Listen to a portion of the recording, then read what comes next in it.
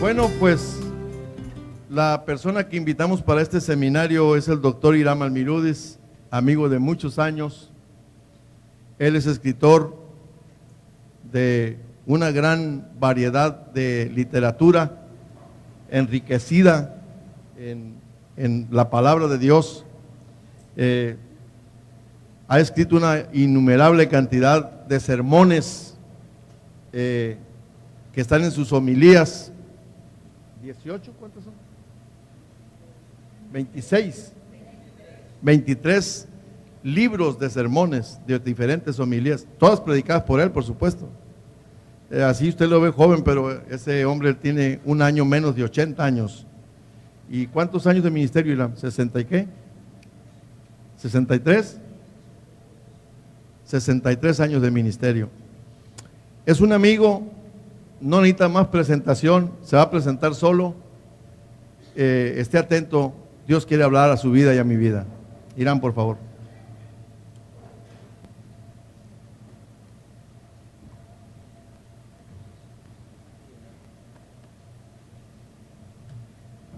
Bendigo al Señor por esta hermosa oportunidad de estar por primera vez entre ustedes. Yo les mentiría si no me siento emocionado por el hecho de que cuando tenía 17 años de edad fue la última vez que, la última vez que yo estuve en Los Mochis predicando. Estoy hablando del año 1953. Era director de jóvenes de la Iglesia de Dios para la Baja California, Sonora, Sinaloa. Y desempeñando esa función estuve aquí en 1953. Y desde entonces no había vuelto a esta ciudad. Quiero expresar mi sincero agradecimiento al hermano Fernando, a su hijo Gerson, a la Alianza Pastoral y todas las personas involucradas en esta invitación. Trataremos de tener una jornada que se concentra de una manera prioritaria en los ministros. Pero eso no significa de que los laicos no puedan apropiarse de este material, porque después de todo en el reino de los cielos todos tenemos una función que desempeñar. De manera que apropiémonos todos en el nombre del Señor del material que estaremos compartiendo. Y yo creo que el Señor nos va a hablar. Así como están sentados, se inclinen sus rostros, por favor. Gracias. Bendito Padre, alabamos y glorificamos tu santo y bendito nombre. Te rendimos a ti todo el honor, la pleitesía, la alabanza, porque solamente corresponden a ti.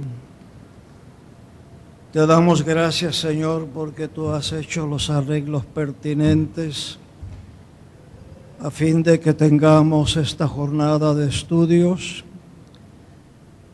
que tienen el propósito de motivarnos y de capacitarnos para servirte, Señor, con pasión, con intensidad, con sinceridad, Señor, y con fervor. Te lo he estado pidiendo desde el momento en que se me invitó que tú seas el maestro.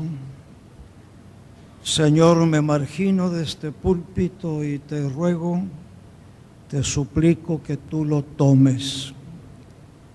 Sé tú, Señor, el que hable. Por Cristo Jesús. Amén. Olvidé decir que soy de Ciudad Obregón. Pero hace muchos años que vivo fuera de México. Al Señor así le plugo. Yo quisiera regresar al terruño, pero Hemos estado por Centroamérica, mi esposa y yo, Sudamérica y otros países que no hay razón para mencionarlos. Y desde el 67 residimos en San Antonio, Texas, donde está la casa de ustedes.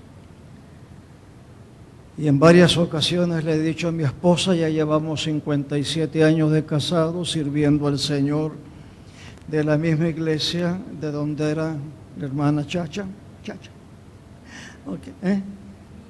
Mirna. Ok. Su hermana fue dama en la boda de mi esposa y de un servidor. Y yo le digo a mi esposa, ¿por qué no nos regresamos a México? Pero los nietos no nos dejan. De manera que eso es lo que nos detiene allá en San Antonio, Texas. Hemos intitulado la serie de pláticas que estaremos ofreciendo el desarrollo integral del ministro, y si pudiera yo agregarle, y su ministerio. No solamente el desarrollo de la persona del ministro, sino también el desarrollo de su servicio al Señor.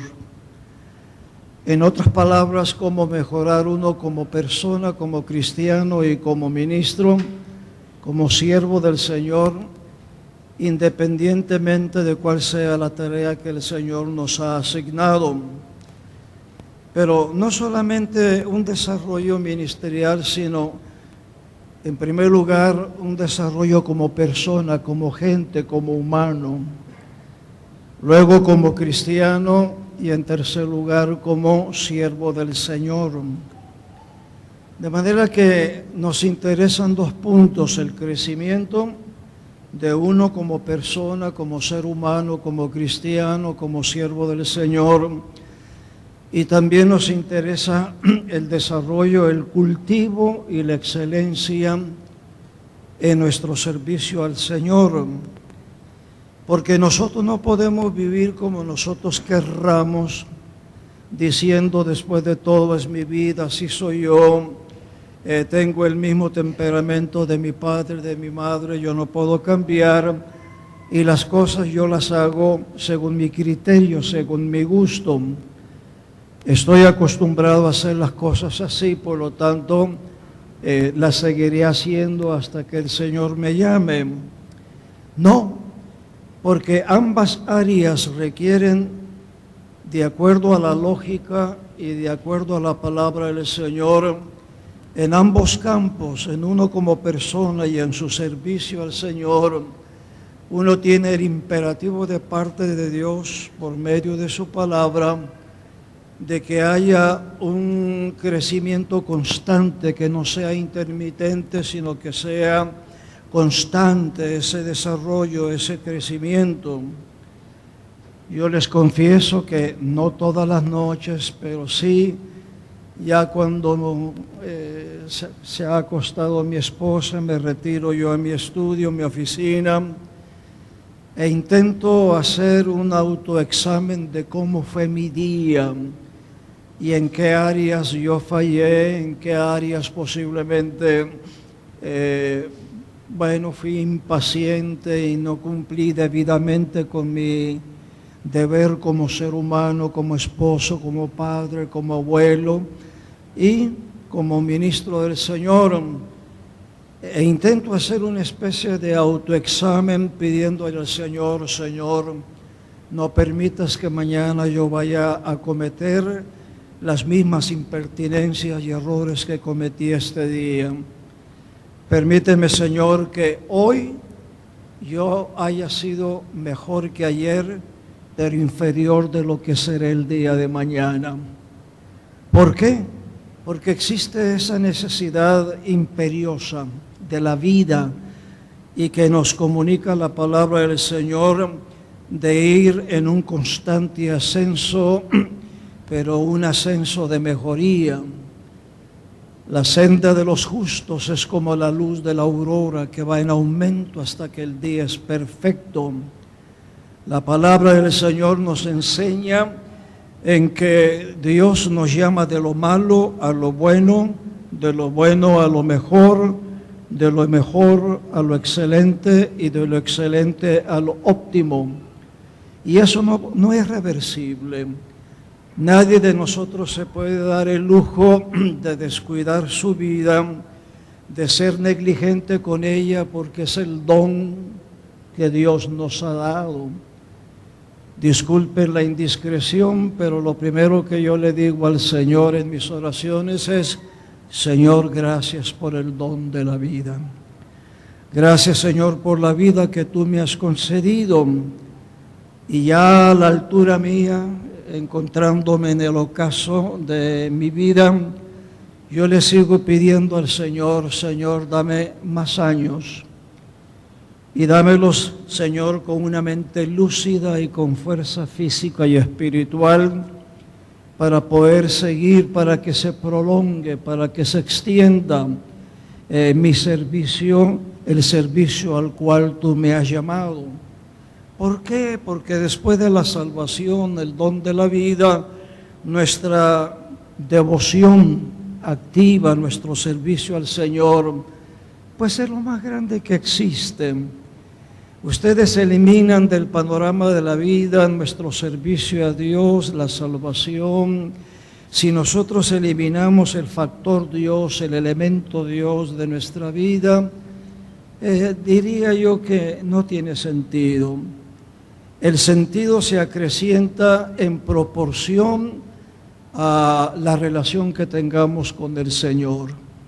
La vida tiene sentido cuando nosotros tenemos ese discernimiento y ese contacto espiritual como para comprender que hay un Dios supremo.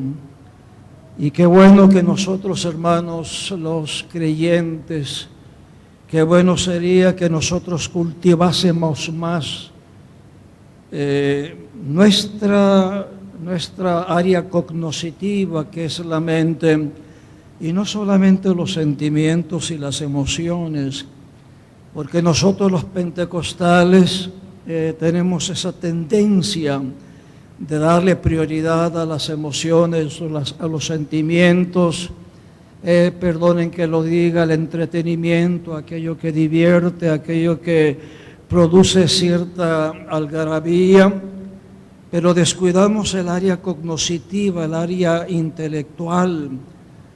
Y en el Shema, el Oye, oh Israel del Antiguo Testamento, cuando se nos dice: llamarás a Jehová tu Dios, y se mencionan 4 áreas con las cuales tenemos que expresar nuestro amor a Dios, no solamente con todo nuestro corazón, que es el asiento de nuestros sentimientos espirituales, no solamente con nuestras fuerzas físicas, no solamente con el alma, sino también como agregar a nuestro Señor Jesucristo, según el Evangelio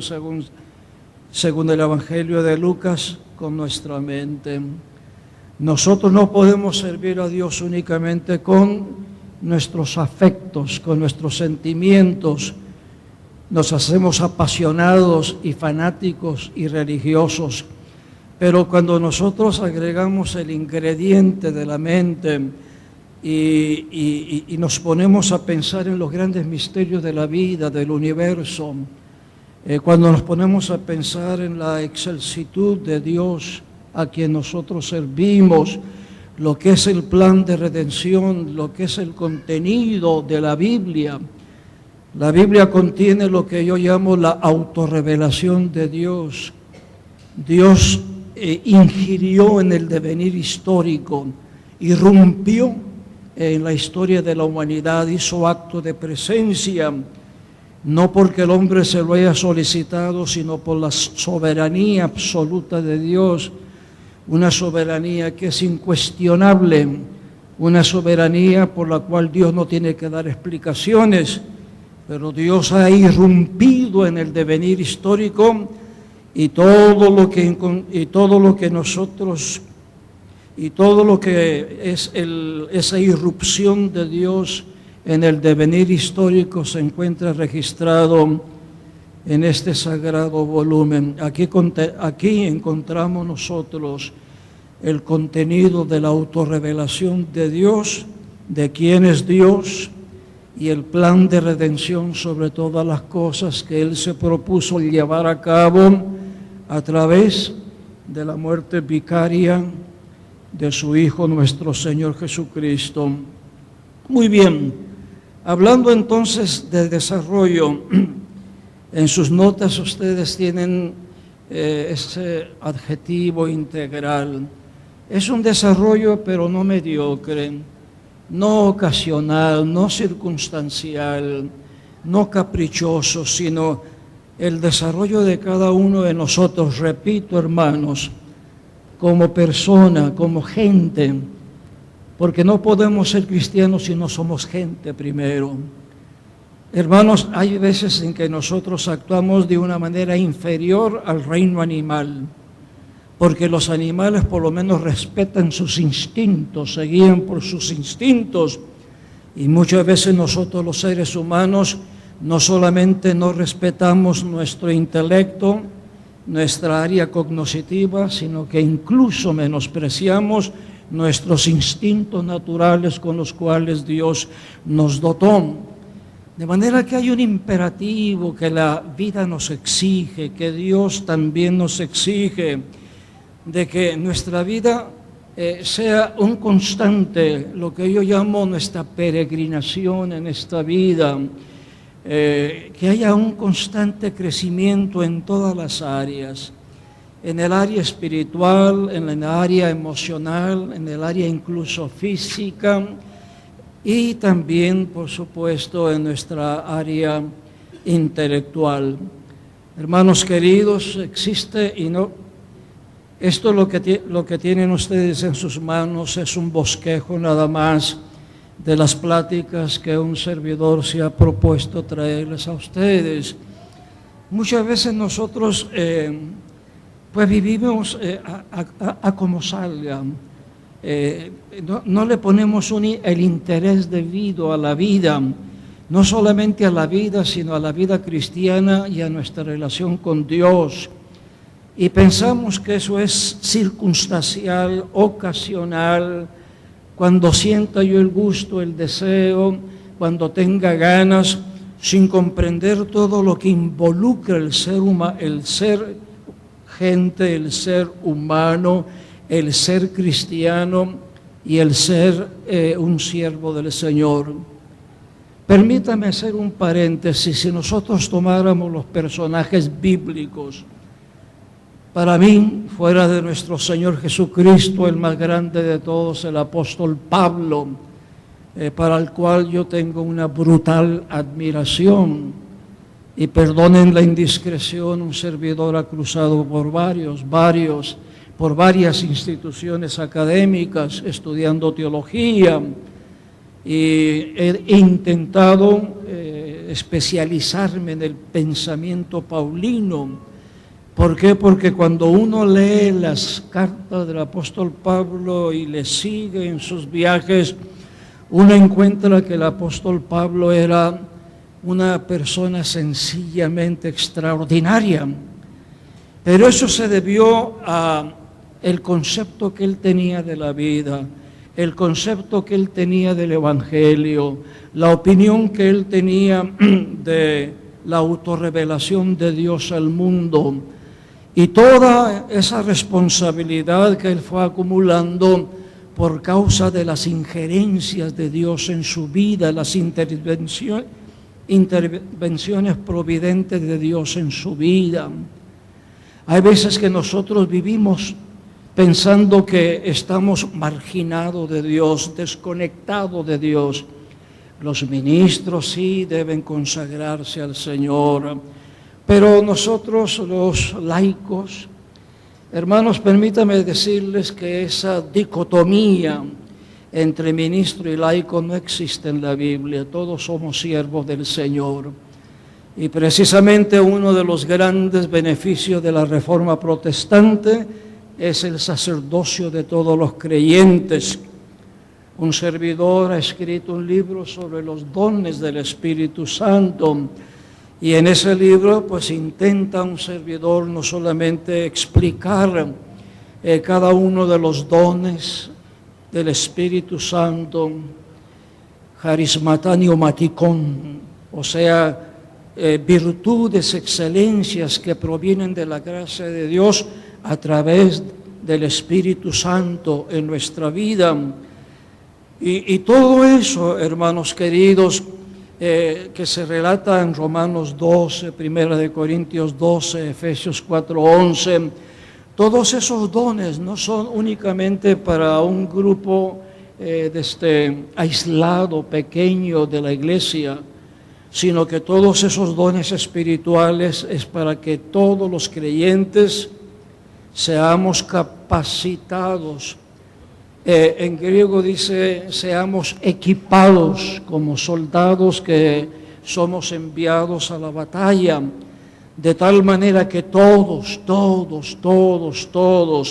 incluyendo hasta los niños y al más anciano, podamos estar activos en la iglesia, no donde a usted se le ocurra, porque el peor error que nosotros podemos cometer en la iglesia es hacer lo que Dios no nos dijo que hagamos y estar donde Dios no te metió. Hay muchos que dicen, a mí me gusta hacer tal cosa en la iglesia, pero es por simple exhibicionismo, no por carga. Y muchos pretenden tener ciertos privilegios en la iglesia, no por amor a la iglesia, no por amor a Dios, no por amor a las almas perdidas, sino porque hay un egocentrismo grande, se quieren proyectar ellos, se quieren proyectar. Yo veo, por ejemplo, que se anuncia en Estados Unidos, tendremos una cruzada con la estrella cristiana. ¿Desde cuándo la iglesia tiene estrellas? Como en el mundo secular, la iglesia no tiene más que una estrella, la estrella de la mañana, que es Jesucristo. Y ya cuando en muchas iglesias se necesitan estrellas es porque hay mucha oscuridad. De manera que dejémonos nosotros de utilizar un lenguaje que no tiene sentido. Muy bien, permítame elaborar un poco, no está en sus notas. Repito, esto es solamente un bosquejo de lo que ustedes tienen. Pero permítame decir, hermanos, a todos con mucho amor, nadie desempeña un papel decorativo dentro de la iglesia. Nosotros no somos macetas ni jarrones donde se coloquen flores. En la iglesia no hay nichos para que algunos luzcamos o luzcan. En la obra del Señor todos somos miembros, todos tenemos una función que desempeñar porque somos el cuerpo de Jesucristo. Y cada uno de nosotros desempeña una función que al Señor le plugo entregarnos para que nosotros la desempeñemos. La responsabilidad que el Señor le ha dado a usted y a mí es indelegable, es impreterible, no se puede preterir. No puedo decir yo, por ejemplo, cuando el pastor Fernando me invitó para que viniera, yo le pude haber dicho a alguno de mis hijos, mira, sustitúyeme porque no tengo ganas de ir a Los Moches, quizá va a ser mucho calor, ¿no? Ve tú, toma mi material, o haberle dicho a mi esposa, ella cuando le habla a las damas hace un buen trabajo. Yo no podía haberme desligado de ese compromiso porque hay esa conciencia, esa sensibilidad, ese discernimiento espiritual de que lo que Dios le asigna a uno hacer, se lo asigna a uno individualmente y uno tiene, no me gusta usar la palabra la obligación, ni tampoco deber, sino el gran honor de servir a Dios, el gran privilegio de que Dios nos asigne tareas para su honra y su gloria, de tal manera que si Dios y Jesucristo y el Espíritu Santo son glorificados precisamente por lo que el mundo ve en nosotros. Cuando Cristo dijo, nuestro Señor dijo, Así alumbre vuestra luz delante de los hombres para que vean vuestras buenas obras y como consecuencia lógica glorifiquen a vuestro Padre que está en los cielos. Hermanos queridos, la mejor gloria que recibe Dios no es tanto cuando nosotros le cantamos, sino cuando la gente ve nuestra vida, nuestra conducta, nuestro proceder, y ellos llegan a la conclusión: verdaderamente hay un Dios, porque se manifiesta en la vida de esa persona. Muy bien, entremos en nuestras notas. Supongo yo que todos tienen copia. Creo que se hicieron copia para todos los que atiendan a esta jornada. En primer lugar, detengámonos a hablar sobre desarrollo. Nosotros usamos las palabras con mucha ligereza y no nos detenemos nosotros no nos detenemos a considerar todo lo que envuelve, todo lo que involucra las palabras que usamos, ¿no? Y entonces me tomé la atribución un tanto pues atrevida, ¿no? Atribución atrevida de explicar el término desarrollo, que todos lo sabemos, pero es simplemente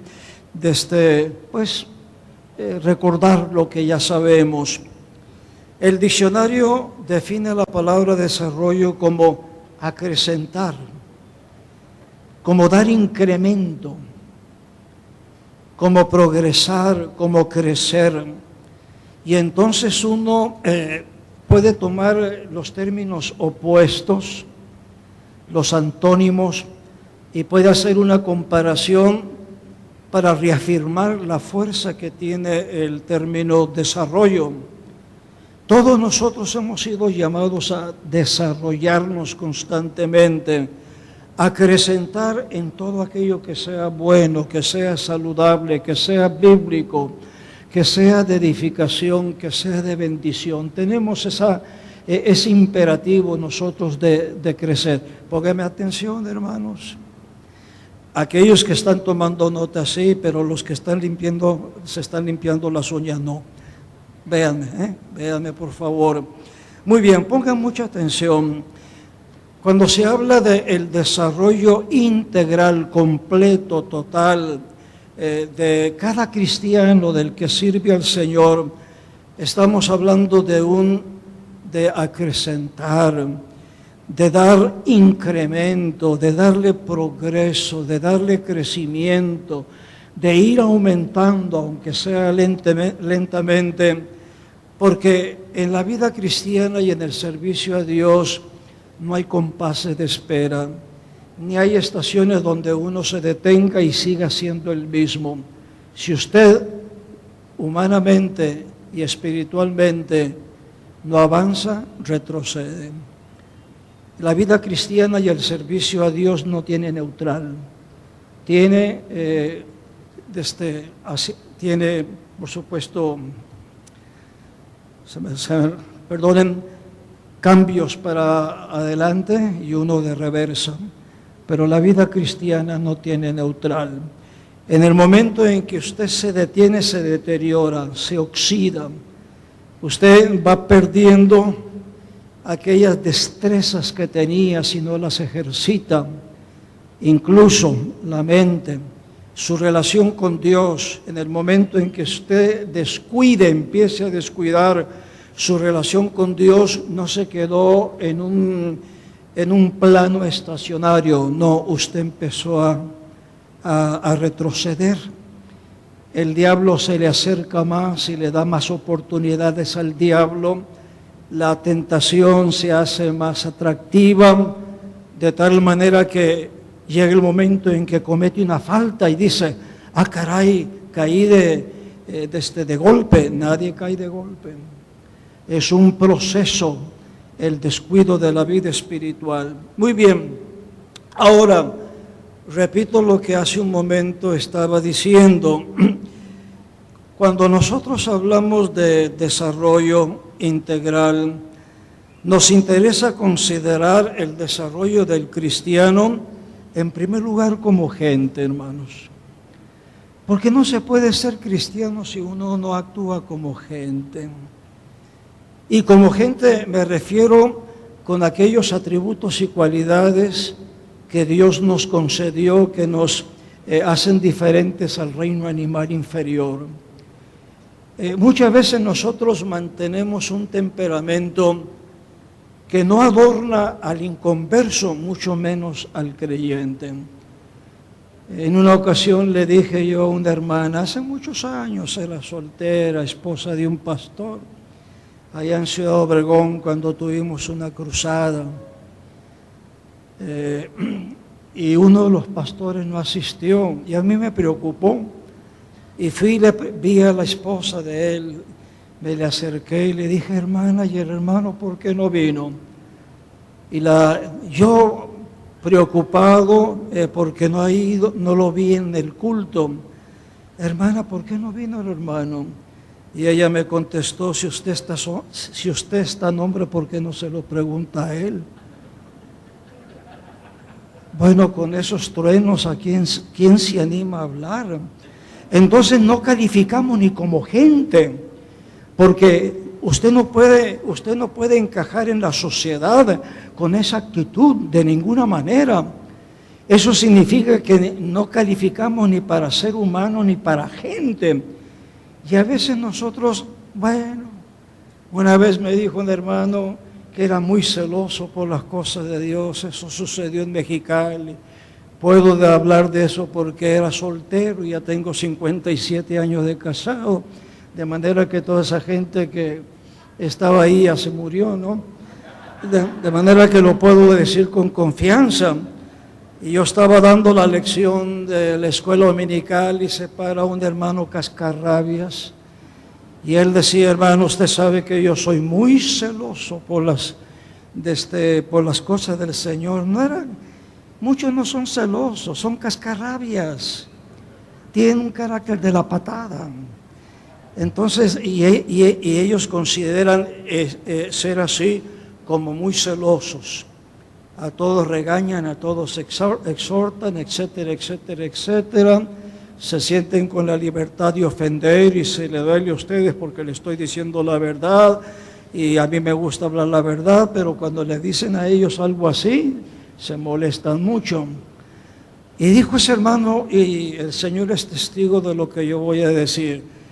Por eso nadie en esta iglesia me quiere, hermano, porque yo soy muy celoso de las cosas del Señor. Y se puso de pie, y los hermanos agacharon la cabeza porque ya lo conocían. Hermano, hasta ni el gato ni el perro de la casa me tragan. Cuando yo entro a la casa, a la cocina, el perro sale por la puerta y el gato salta por la ventana. Dije, caray, ¿cómo será? De tal manera que hasta el perro y el gato le saquen la vuelta, ¿no? ¿Será eso celo de Jehová? ¿O que nosotros realmente no hemos tenido una experiencia de transformación, de regeneración, de nuevo nacimiento? No tenemos la imagen de Cristo, de Dios en nuestra vida, y nosotros imponemos nuestros fueros equivocados. Queremos vivir la vida cristiana a nuestra manera. ¿Cuántos hay que dicen, yo soy cristiano a mi manera, yo adoro a Dios a mi manera, yo sirvo a Dios a mi manera? Tengo malas noticias, tu manera y la mía no sirven para nada. No hay más que una manera, la manera bíblica, la manera de Dios. Muy bien, de manera que en primer lugar tiene que haber en nosotros esa preocupación, ¿cómo soy yo como gente, como persona, como hijo, como padre, como hermano, como miembro de la iglesia, en el trabajo? ¿Cómo soy yo como ser humano? Soy una persona, que llena esas cualidades que me distinguen del animal inferior. Procuro yo corregirme como persona. No estoy hablando todavía como cristiano, pero como persona procuro yo enmendar mis faltas, corregirlas, para no repetirlas, para no lastimar gente. La Biblia dice sí que seamos nosotros, hablemos la verdad en amor, de tal manera que sea para edificación y no para destrucción, de bendición y no para contristar el hermano. Hermanos, nosotros deberíamos de ser un ejemplo, en primer lugar, como buenos miembros de la sociedad, como buenos individuos, como buenas personas, buenos esposos, buenos hijos, buenos trabajadores, buenos estudiantes en todo sentido. Antes de que entremos al aspecto espiritual, al aspecto religioso, limitémonos al aspecto humano. En el aspecto humano hay mucha tela de donde cortar para mejorarnos. Muy bien, en todas estas áreas, persona, cristiano, siervo de Dios, hay espacio para crecer constantemente. Creo que yo puedo ser más dulce mañana con mi esposa que lo que fui hoy y viceversa. Creo que como padre yo pudiera mejorar un poco más el día de mañana con mis hijos, y como abuelo también, y como cristiano y como ministro y como escritor. Yo creo que hay espacio para avanzar, para mejorarme, para superarme. La vida cristiana, hermanos queridos, es un constante desafío. Y yo le digo a mis hijos, cuando encuentro un pasaje difícil de la Biblia, hasta cierto punto yo me alegro porque es un desafío que Dios me lanza. ¿Qué vas a hacer con ese pasaje? ¿Lo vas a tirar al zafacón de la basura o vas a orar y vas a estudiar hasta que lo entiendas debidamente? Por eso, si yo tuviera el tiempo, desearía escribir un comentario de Apocalipsis. Hay muchas figuras, hay muchos topos de dicción, hay muchos símbolos, etcétera, etcétera. ¿Eso me va a asustar a mí o voy a decir no? No me voy a meter con ese libro como dicen muchos. Al contrario, lo veo como un desafío para que busque a Dios, me consagre a Dios, y mientras estudie y más estudie y más estudie, ese libro lo vaya entendiendo mejor. Lo he estudiado desde el punto de vista cristológico, o sea, ¿qué enseña ese libro sobre Jesucristo? Lo he estudiado bajo el punto de vista de la iglesia. ¿Qué dice de la iglesia ese libro? Incluso la himnología, hay 21 cantos, como estaremos viendo Dios mediante, no sé si mañana y pasado. Hay 21 cantos que en esta Biblia yo los traigo subrayados y enumerados, que posiblemente fueron tomados o eran usados por las iglesias de Asia Menor en su liturgia, en su culto a Dios. De manera que la himnología del libro de Apocalipsis me fascina, porque es eminentemente cristocéntrico y teocéntrico. La himnología cristiana en nuestros días no es teocéntrica ni cristocéntrica, es antropocéntrica, es egocéntrica, es existencial, como diríamos por supuesto en teología. O sea, hemos invertido nosotros los elementos y entonces cantamos, el autor le dice una oración a Dios o da un testimonio, habla de sí mismo, pero marginan del panorama la sangre de Cristo, el sacrificio de Cristo, la doctrina bíblica, el imperativo del arrepentimiento, de la conversión y todas esas cosas que estaremos viendo más adelante. Entonces, sigamos adelante. En la vida de cada persona no hay compases de espera. El tiempo será porque me encuentro en el ocaso de mi vida, pero hermanos, en la vida de cada persona no hay segundos que perder, no hay minutos que perder, no hay tiempos que uno puede desperdiciar. Porque también mientras uno desperdicia su tiempo, por más breve que sea, uno está tirando o despreciando un don que Dios le ha dado. Y los dones de Dios son para que nosotros los cultivemos, porque en ese cultivo se logra producir algo bueno para la gloria del Señor. Muy bien, en la vida de cada persona no hay compases de espera, como no los hay en la misma naturaleza, ni en el universo. Todo se encuentra en un constante movimiento, y la mayoría y la gran parte de ese movimiento es ascendente, no descendente. En los reinos animal y vegetal hay un constante desarrollo hasta que el animal y la planta mueren. En ambos reinos no existen estados neutros.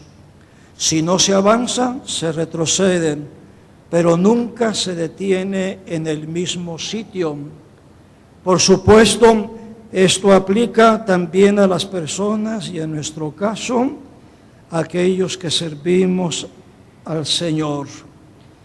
De manera que en el ministerio en el cual nos concentraremos, en nuestro servicio a Dios, en el cual nos concentraremos en nuestras charlas. Dije hace un momento que Dios nos llama, porque todo el protagonismo de la vida cristiana proviene de Dios. No hay nada que usted haga por usted mismo sin consultar a Dios que valga delante de Dios, ni las oraciones, ni el canto. No, si no está Dios presente y la ayuda del Espíritu Santo, todo lo que nosotros hagamos por nuestra cuenta es irrelevante delante de Dios. Y yo se los puedo probar con la Biblia. En dos pasajes de las cartas paulinas, el apóstol Pablo dice: hablando entre vosotros con cantos y con salmos, con cantos e himnos espirituales, neumaticón, o sea, himnos inspirados por el Espíritu Santo, de tal manera que cuando tú cantes, el Espíritu Santo te está acompañando. Cuando tú oras, que el Espíritu Santo esté presente, de lo contrario tu oración se hace antropocéntrica, egocéntrica, caprichosa y antojadiza. Cuando tú oras por tu propia cuenta, sin pensar en la voluntad de Dios o pedirle al Señor que te ayude para orar con propiedad, yo te garantizo que tu oración te levantará de tus rodillas medio desinflado. Dice el apóstol, ¿qué hemos de pedir como conviene? No lo sabemos. Pero el Espíritu Santo intercede por nosotros con gemidos indecibles.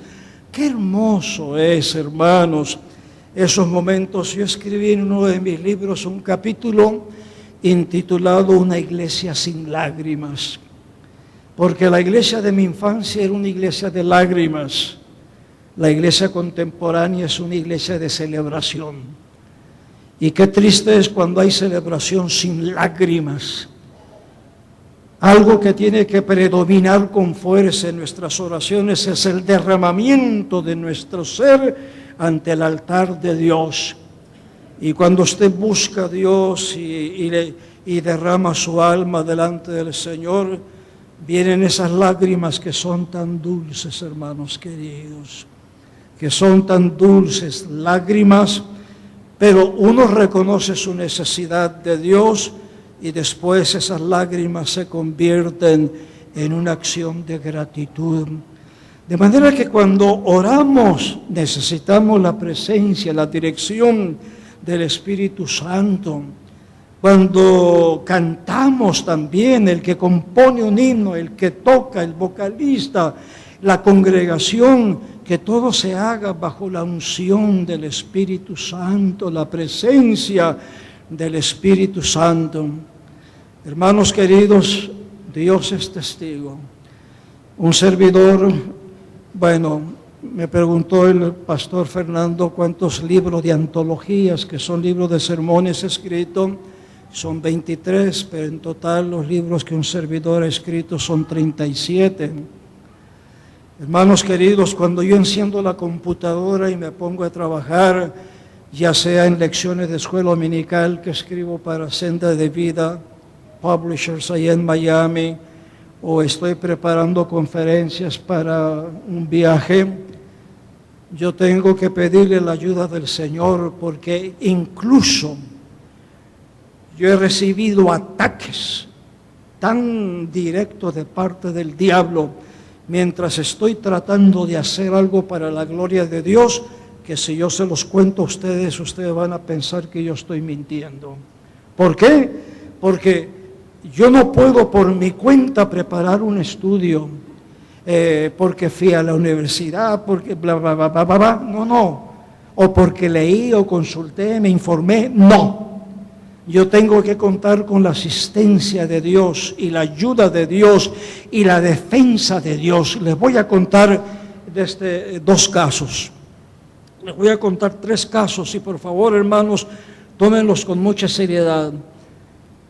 Cuando empezó el movimiento de César y Claudia Castellanos y el G12, yo me documenté, leí todos los libros que ellos escribieron. Y yo me convencí de lo errático, de lo errado que ellos están bíblicamente. Todos los libros que ellos escribieron los compré, los analicé, los tengo subrayados, y fue cuando escribí mi libro César y Claudia Castellanos, siervos de Dios o profetas falsos, un signo de interrogación. Iba yo en un capítulo, creo que es el capítulo 6, donde yo hago una comparación entre lo que dice un brujo prominente de Estados Unidos, una bruja prominente mundial y César Castellanos. Hice 3 columnas, las enseñanzas son idénticas. Y yo me pregunté, ¿quién le copió a quién? Este a este a este. ¿Quién le copió a quién? Porque el contenido y la enseñanza es idéntica. Estaba yo trabajando en ese capítulo probando de que hay mucho de espiritismo y ocultismo en el G12 y a las enseñanzas de César Castellanos. Y si alguien piensa que estoy equivocado, yo desafío a César Castellanos en un debate público televisado desde lo que es mi libro en contra de las enseñanzas de él y los encuentros y retiros y demás cosas que él inventó. Cuando yo estaba escribiendo, la pantalla de mi computadora se puso roja, completamente roja. Nunca me ha pasado a mí, ni creo que le haya pasado a usted. Y entonces de izquierda a derecha, de arriba a abajo, aparecieron en negrillas y letras como de 1 pulgada, espiritismo. Un fondo rojo y letras negras, espiritismo. Agaché mi cabeza, me puse a orar reprendiendo aquello, desapareció y pude terminar el libro. En Veracruz, un pueblo chico que se llama La Nueva Visión, pero una iglesia lindísima, lindísima, la antigüita, ¿no? Y luego pasé a Villahermosa, otra iglesia lindísima. Iglesias que tienen culto todas las noches. La de Veracruz a las 10 de la mañana todos los días tienen culto. Y todos los hermanos ayunan hasta la 1 de mediodía. No prueban alimento hasta la 1, no mediodía, a la 1 de la tarde. Pero ya estuvieron en el templo a las 10 de la mañana. Nunca yo había visto eso. Cultos todos los días, en la noche y en la mañana. Y en Villahermosa culto todas las noches y el templo abarrotado de gente. Y el pastor, que yo lo invité para que, a ver si podía asistir a esta jornada, me dijo, estando yo en Villahermosa, ¿le voy a mostrar mi oficina? No, le quiero mostrar algo en mi oficina, me dijo él. Una oficina muy bonita, un escritorio muy bonito, muy práctico, con su computadora, etcétera, etcétera. Y me dijo él, vea las lámparas que están en el cielo raso. 4 lámparas con tubos de gas neón pero cubiertas con una capa gruesa de plástico, con 4 tornillos cada tapa, ¿no? Y me dijo, vea esa lámpara que está encima de su su sillón donde él trabaja, en su escritorio. Me dijo, estaba leyendo su libro y cuando iba en tal capítulo, alguien me tiró con la lámpara. ¡Pau! Me pegó, no la lámpara, sino no los tubos, sino la tapa esa de un plástico grueso. ¡Pau! Me pegó en el hombro, pero bien fuerte. No es que se haya desprendido, me dijo él, sino alguien la tomó de arriba y me tiró con ella, mientras yo estaba leyendo su libro contra César Castellanos. Y el hijo mayor del pastor me dijo, vea bien la lámpara, hermano, lleva 4 tornillos de este tamaño. Solamente con un desarmador se pueden quitar los tornillos para quitar esa tapa. Hermanos queridos, estaba escribiendo un libro que afortunadamente lo pude terminar después, pero se me borró completamente cuando estaba llegando yo a la página 300. El libro se intitula La belleza de la poesía mística hispana. Hice una antología de 141 poemas cristianos desde un fraile católico del siglo XII de España, poetas del Caribe, de México, Centro, Sudamérica, etcétera, pero que hablan, algunos de un servidor y de amigos míos que me han regalado sus poemas. Cuando yo quise agregarle unos 3 poemas más para llegar a la página 300, se me borró todo el documento. Y aquí a mano izquierda quedó con letra cursiva, en negrilla, una S grande, como de 1,5 pulgadas de grande. Aquí quedó una S. Yo entendí lo que esa S significaba. Contraté los servicios de mi hijo, que es ingeniero precisamente en asuntos de computación. A un americano que encontré las páginas amarillas, otra persona más, cada uno de ellos invirtió más de 2 horas tratando de recuperar aquel documento. Estando en Guatemala, un lugar que se llama Huehuetenango, un hermano me dijo, haga esto para recuperar el documento. Bajo la asistencia de 4 especialistas ingenieros en esa área, nunca pude recuperar el libro que ya estaba terminado y que no había razón para que se borrase. Afortunadamente, un muchacho de Monterrey que es un genio en computación y en el diseño, es el que diseña las portadas de todos mis libros, él me dijo, hermano, no le dé gusto al diablo, empiece de nuevo y hágalo de nuevo el libro. Le dije yo, ¿sabes que son 6 meses de trabajo ininterrumpido? Poco a poco salió mejor el libro, pero yo sé quién no quería que saliera ese libro. De manera que nosotros, hermanos, no estamos envueltos en lucha.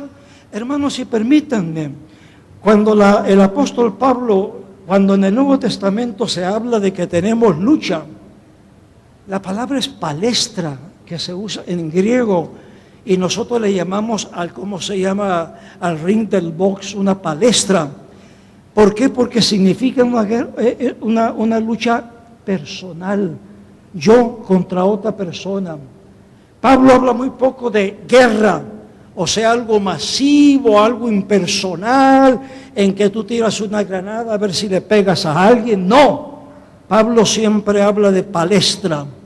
Lo que nosotros tenemos no es una guerra impersonal, sino una lucha directa, un agarre directo con Satanás.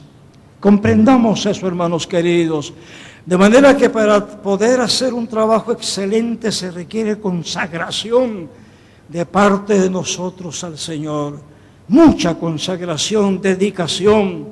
Hermanos, y ahora ya de viejo yo lo comprendo. Yo suspendí un viaje a Moscú, donde fui invitado a dictar conferencias en un seminario a nivel de posgrado, porque enfermé de golpe. Suspendí un viaje a la capital de México cuando era joven, en que yo tenía parte, y era un congreso.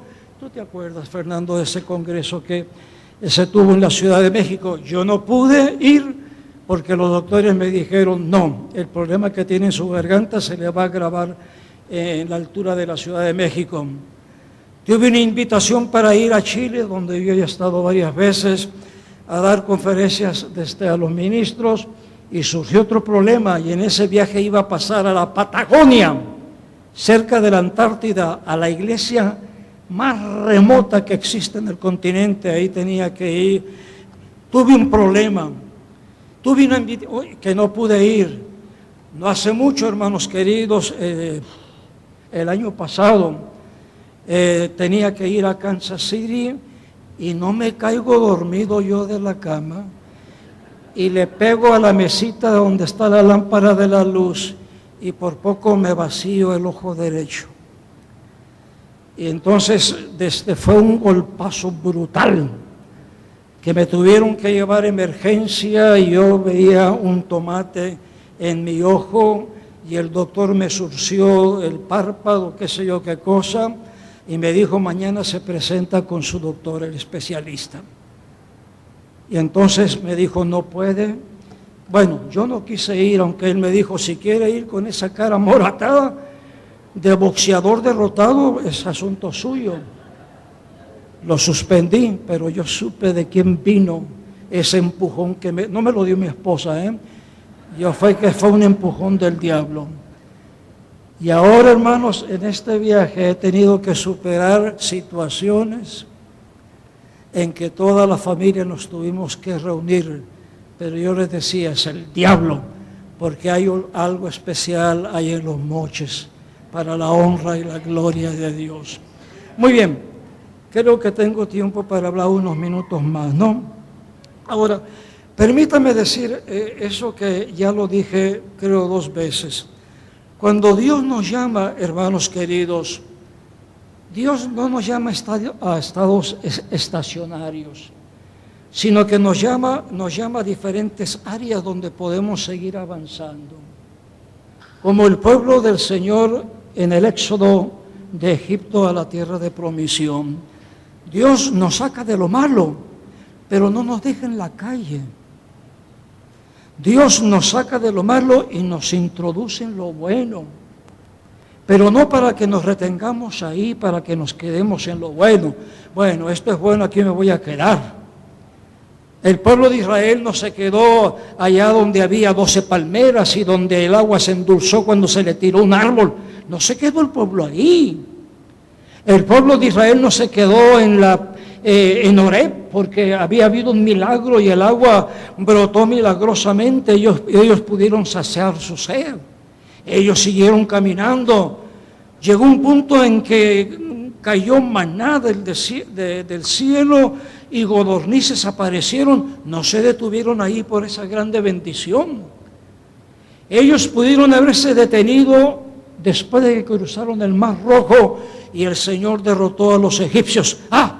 Aquí vino una grande bendición, tuvimos esta grande cruzada, este grande avivamiento, aquí nos teníamos que quedar. O allá, porque hubo otro milagro, otra manifestación del Señor. Yo cuestiono, hermanos queridos, eso de que se habla de que tuvimos un avivamiento y tuvimos un avivamiento y un avivamiento aislado. ¿De dónde? ¿En dónde podemos nosotros fundamentar eso en la Biblia, hermanos queridos? La iglesia debe de estar en un avivamiento constante. Un avivamiento constante. Muchas veces hablamos nosotros de, ya tuvimos un avivamiento, nos podemos dormir en nuestros laureles. Y ya cuando nos hayamos enfriado o nos hayamos hecho tibios, Vamos a orar de nuevo para que el Señor nos visite de nuevo. Eso no es bíblico, hermanos queridos. No es bíblico, de ninguna manera, porque nosotros hemos sido llamados a crecer, a avanzar, a crecer, a avanzar. Hay un misionero presbiteriano del siglo pasado a quien yo admiré mucho y tengo dos biografías de él, John Hyde. Era presbiteriano, pero que él vivía de rodillas prácticamente toda su vida. Cuando llegó a la India como misionero, le pidió al Señor: concédeme un alma al día este año. El Señor le concedió 400. Al siguiente año le dijo: Señor, dame el doble ahora, que yo pueda ganar 2 almas al día. Ese año ganó y bautizó 800 personas. Y esa fue su vida. Para que ustedes tengan una idea de la vida de oración que él llevaba, cuando él cuando él se encontraba en la misión allá en la India, llegó otro misionero nuevo y entonces a la hora del desayuno se conocieron, se saludaron, se abrazaron y desayunaron, y Jan Hyde le dijo al nuevo misionero: hermano, yo quisiera que al terminar el desayuno, yo quisiera hablar un poco con usted. Quisiera que oráramos un poquito después del desayuno. Se lo llevó a un cuarto contiguo y cuando eran las 4 de la tarde le dijo: hermano, ya se puede ir porque a usted le toca hablar. Lo tuvo desde las 8 de la mañana hasta las 4 de la tarde orando para que Dios bendijera su predicación. Qué hermoso sería nuestra vida que nosotros mantuviéramos ese estilo de vida. Llega a Londres, Inglaterra, en viaje a Chicago, de donde él era, y un amigo pastor, un colega, le confiesa: hermano John, hermano Hyde, mi iglesia está totalmente vacía, la voy a cerrar. Y John Hyde le dijo: no la cierres todavía, dame tiempo de orar por ella. Tomaba el tren en Londres, iba a ese pueblito donde estaba la iglesia vacía, le pidió la llave al pastor, se encerraba, regresaba a pernoctar en Londres y durante 1 mes estuvo haciendo esos viajes. Al fin del mes, el templo estaba lleno. Gracias, hermanos.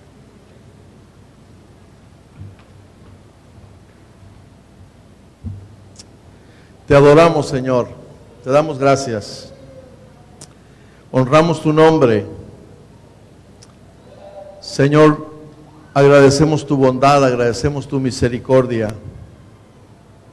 Permite que nuestras vidas, Padre, estén en tu mano, cumpliendo tu propósito, viviendo tus tiempos, y que podamos, Señor, ser desafiados a la excelencia de tu servicio, no vivir a medias en el servicio, Señor. Que podamos entender que el desafío, la urgencia, la necesidad de este momento es poder tener un ministerio consagrado a ti, vivir para ti. Gracias, Dios. Gracias por lo que tú has hablado en nuestra vida esta tarde. Te adoramos en el nombre de Jesús.